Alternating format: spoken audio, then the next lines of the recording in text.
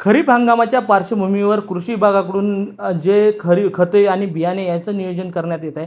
मात्र नियोजित वेळेवर काही कंपन्यांनी पुरवठा केला नाही. त्यामुळे काही कंपन्यांवर शोकॉस नोटीस देण्यात आले. आपल्यासोबत जे कृषी विकास अधिकारी आहेत, जे देविगर साहेब, त्यांच्याकडून जाणून नेमकीच कोणत्या नोटीस दिल्या, कोणत्या कंपन्यांनी सर याचं दुर्लक्ष केलं?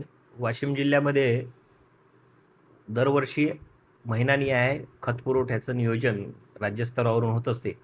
त्यानुसार फेब्रुवारी आणि मार्चमध्ये जो अपेक्षित युरियाचा साठा होणे अपेक्षित होतं, त्यानुसार काही कंपन्यांनी वेळेवर पुरवठा केला नाही आणि नंतर पुरवठा न झाल्यास आजच्या जागतिक परिस्थितीनुसार खताचा तुटवडा निर्माण होऊ नये म्हणून आपण त्यांना शोकॉज नोटिसेस इश्यू केल्या. त्या शोकॉज नोटिसेस दिल्यानंतर काही कंपन्यांनी त्याला सकारात्मक प्रतिसाद देऊन वाशिम जिल्ह्यामध्ये आता जवळजवळ 2500 मेट्रिक टनचा खतसाठा युरियाचा उद्यापर्यंत होतो आहे. तसेच इतर कंपन्यांनी देखील त्यांच्या ज्या काही अडचणी असतील त्या सांगितलेल्या आहेत आणि खरीपाच्या पूर्व तयारी म्हणून हा खतसाठा व्यवस्थित होईल अशी मार्फत व्यवस्था करण्यात येत आहे.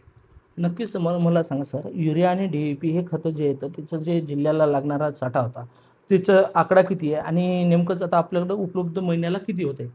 फेब्रुवारी आणि मार्चमध्ये आपल्याला 5,900 मेट्रिक टन येणे अपेक्षित होतं, परंतु तो केवळ 394 मेट्रिक टन उपलब्ध झाला होता. म्हणून आपण त्यांचा पाठपुरावा केला. आता त्यापैकी 2500 मेट्रिक टन पहिल्या टप्प्यात आपल्याला प्राप्त झालेला आहे. उर्वरित साठा देखील आता लवकरच प्राप्त होईल आणि या महिन्याच्या रेक प्लॅनिंगमध्ये सुद्धा आपल्याला अतिरिक्त 1300 मेट्रिक टन युरिया प्राप्त होणार आहे. नक्कीच सर, मला एक सांगा, आता ज्या तुम्ही 5 कंपन्यांना जे शोकॉस दिला ते आता युरिया आणि DAP खताच्याही कंपन्या आहेत. नेमकंच त्यांची जी आता मागणीनुसार त्यांची परिस्थिती काय सध्या खताची वाशिम जिल्ह्यासाठी? त्यांना जे नियोजन दिलं जातं ते राज्याचं पूर्ण नियोजन दिलं जातं आणि वाहतुकीची व्यवस्था, कच्च्या मालाची उपलब्धता यानुसार ते नियोजनपूर्वक पुरवठा करत असतात. आपण आपली जी आवश्यकता आहे ती नोंदवलेली आहे आणि त्यानुसार ते पुरवठा करतील असं त्यांनी आपल्याला आश्वासन दिलेलं आहे. सर, सध्या परिस्थिती अशी आहे की दरात वाढ होणार आहे. आखाती देशामध्ये जे युद्ध चालू होतं, आता काही प्रमाणात ते थांबलं. मात्र याच्यात दरात वाढ होणार आहे खताच्या याच्यात, त्यामुळे शेतकऱ्यावर आर्थिक भर पडणार आहे. याच्यात काही नियंत्रण नाही का?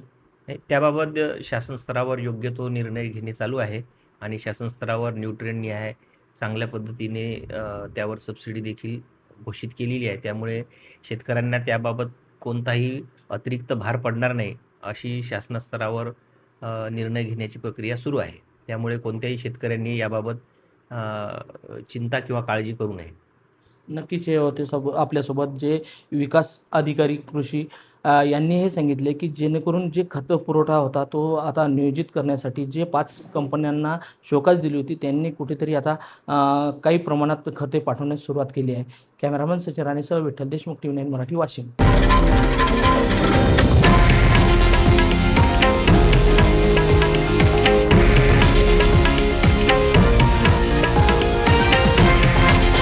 हे आहे देशातील नंबर 1 न्यूज नेटवर्क आणि आपण पाहत आहात TV9 मराठी, एकमेव.